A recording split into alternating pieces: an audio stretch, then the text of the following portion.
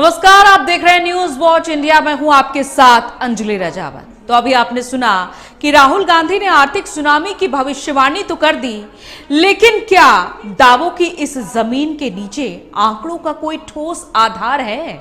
आज देश के बड़े अर्थशास्त्री और वित्तीय आंकड़े राहुल गांधी के इस दावे पर गंभीर सवाल उठा रहे हैं।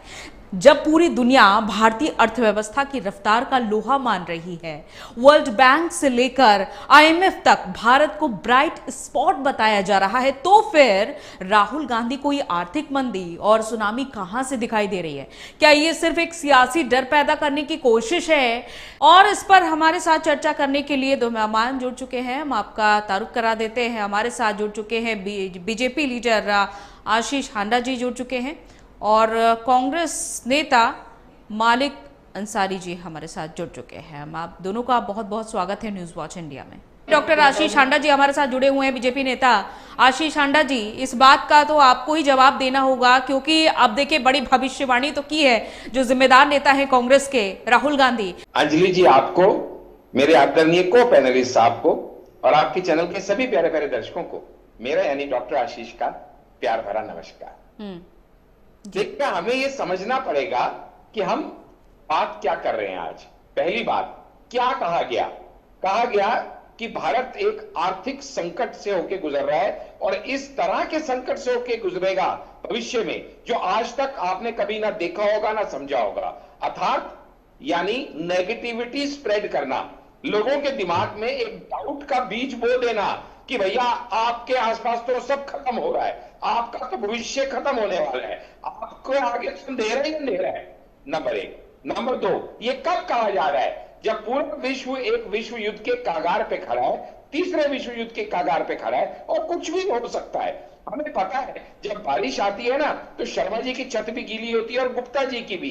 इसमें भारत भी अछूता नहीं है, फिर भी भारत कितना अच्छा परफॉर्म कर रहा है इस डिफिकल्ट टाइम में, ये मैं अभी आपके दर्शकों को बताऊंगा। ऐसे टाइम पे इस तरह की स्टेटमेंट रिलीज करना लीडर ऑफ ऑपोजिशन को शोभा देता है या इस समय सरकार के साथ कंधे से कंधे मिला के खड़े रहना शोभा देता है? यह आपके दर्शक डिसाइड करें। तीसरा, क्यों कहा जा रहा है? इसलिए कहा जा रहा है क्योंकि टुकड़े टुकड़े गैंग के सदस्य होने के नाते राहुल गांधी को, सोरोस के एजेंट होने के नाते राहुल गांधी को हर काम करना है जिससे कुछ ना कुछ करके भारत को डिमीन किया जा सके।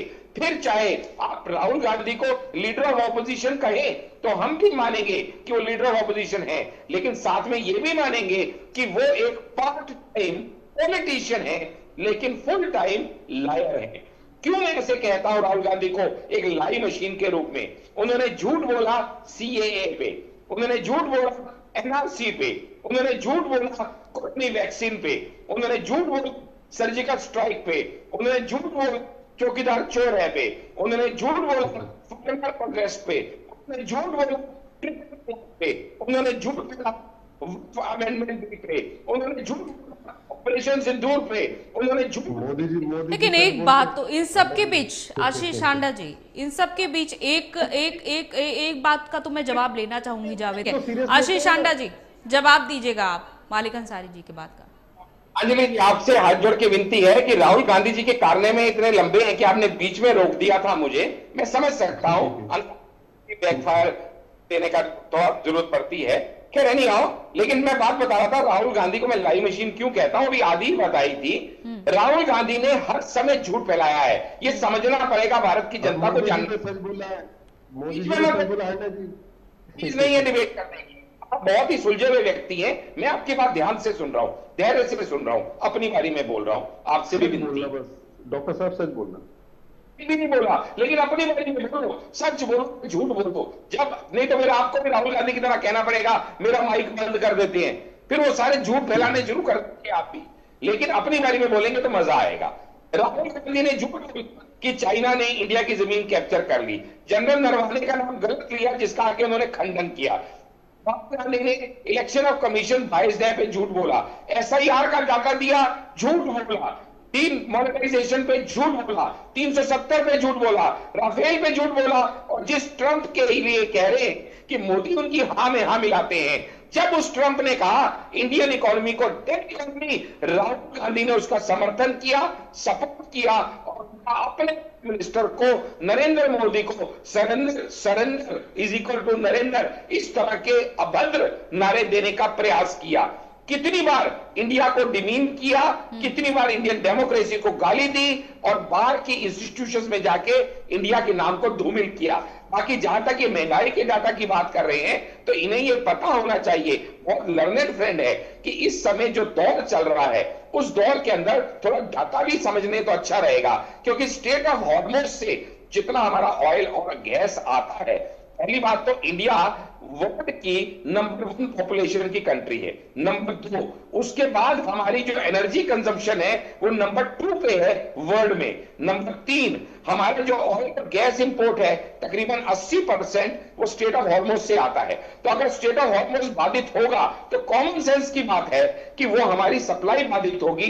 जब हम ऑल्टरनेट रूट जो हमने क्रिएट किए हैं उससे लाएंगे तो उसमें खर्चा बढ़ेगा। लेकिन इसके बावजूद एक डाटा इनको जानना चाहिए, मलेशिया की डिपेंडेंस स्टेट ऑफ हॉर्मोज पे 38% है, वहां प्राइस कितना बना 56.3%। अमेरिका की कितनी है स्टेट ऑफ हॉर्मोज पे डिपेंडेंस 2%, वो प्राइस कितना बना 44.5%। यूएई की कितनी है, खुद के पास तेल के कुएं हैं 0%, फिर भी वहां कितना प्राइस बढ़ा 52%। और भारत की कितनी है तकरीबन 80%, उसके बाद प्राइस कितना भाई मात्र 5%। आप इससे ज्यादा बढ़िया क्या आशीष हांडा जी, मेरा सवाल आपसे ये भी है, ठीक है अगर राहुल गांधी के दावों को अलग भी हटा दें तो देश में जो महंगाई है, जो ग्रामीण इलाकों में जो मांगे हैं उसका उतार चढ़ाव है, आय की जो असमानता है वो भी तो देखिए, आंकड़े तो अलग ही चमक दिखा रहे हैं, लेकिन आंकड़ों के अलावा देश इस सब से भी जूझ रहा है कहीं ना कहीं। इस पर भी सरकार को ध्यान देने की जरूरत है। आपने स्टेट ऑफ हॉर्मोज का जिक्र किया, लेकिन क्या उससे पहले इन इलाकों पर थोड़ा जोर देने की कोशिश नहीं थी? देखिएगा अंजलि जी, आपको अच्छे से पता है कि 70 साल में इस देश का जो बेड़ा गर्क किया गया उसको समेत संभालने तो जाएगा। लेकिन वो देखिएगा जहां पे हम 11th और 12th इकोनॉमी से इसको 4th तक ले आए थे, ठीक है अभी एक गल्फ वॉर के चलते हुए थोड़ा डिप हुआ करके वो मानते हैं हम लोग, लेकिन हम बहुत जल्दी रिकवर कर लेंगे। लेकिन इसके बावजूद भी हम 11वें पे नहीं है, नंबर 1। नंबर 2, आप ये बात समझिएगा, ये वही कांग्रेस है जिसके टाइम पे मंत्री कहा करते थे कि हमारे सैनिकों को देने के लिए हमारे पास के जूते नहीं है, हमारे को देने के लिए, हमारे को इनको देने के लिए फायर बुलेट प्रूफ वेस्ट नहीं है। और ये कहा करते थे इनके बड़े बड़े नेता, मैं नाम नहीं लेना चाहता, कि पैसे पेड़ों पे नहीं उगते हैं। और वही भारत आज है जो आज अपने सैनिकों को इतना परिपक्व रूप से सारा सामान मुहैया करा रहा है। एक एक चीज हमारे पास डिफेंस में बढ़ती जा रही है, कोई पैसे की कमी नहीं है। क्यों? क्योंकि तब पैसे जेबों में जाया करते थे, अब डायरेक्ट बेनिफिट ट्रांसफर के आने से सारे घूसखोर, सारे बिचौलिए बंद हो गए।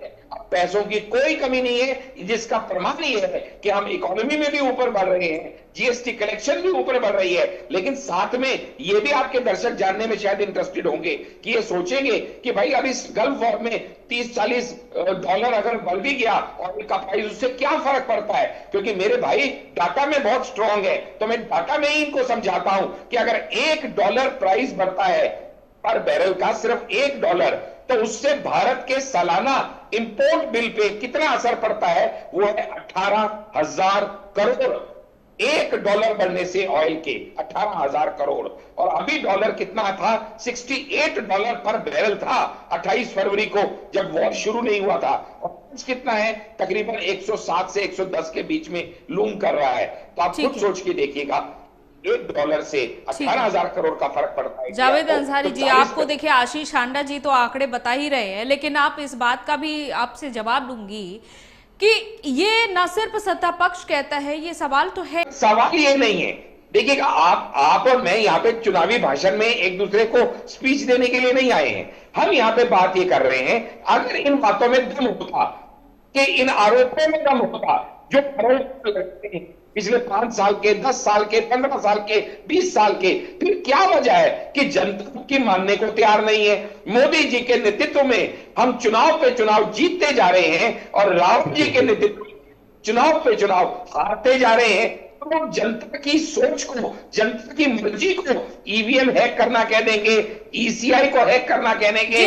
जावेद अंसारी जी, आशीष हांडा जी, जैसे कि आपने सुरोज का जिक्र किया, जब भी विपक्ष नीतियों पर सवाल उठाता है या फिर कोई भी सवाल उठाता है, आप सुरोज का जिक्र क्यों कर देते हैं वहां पर? जब आप ही ने ये सवाल किया था, क्यों राहुल गांधी के वक्तव्यों को पाकिस्तान के पार्लियामेंट में दोहराया जाता है? क्यों राहुल गांधी के वक्तव्यों को चाइना के डोजियर का पाठ कराया जाता है? क्यों ट्रंप के बोलते ही इंडियन इकोनॉमी डेड इकोनॉमी है? आपने जो ऑपरेशन किए थे, एयर स्ट्राइक किए थे, बालाकोट किए थे, वो सही में कुछ लोगों को, सैनिकों को मार गिराया था पाकिस्तान के, या चील कौवे मारे थे? आप दोनों से इजाजत लेना चाहूंगी, फिलहाल चर्चा यहीं पर समाप्त करते हैं। बहुत बहुत शुक्रिया आप दोनों का हमारे साथ जुड़ने के लिए।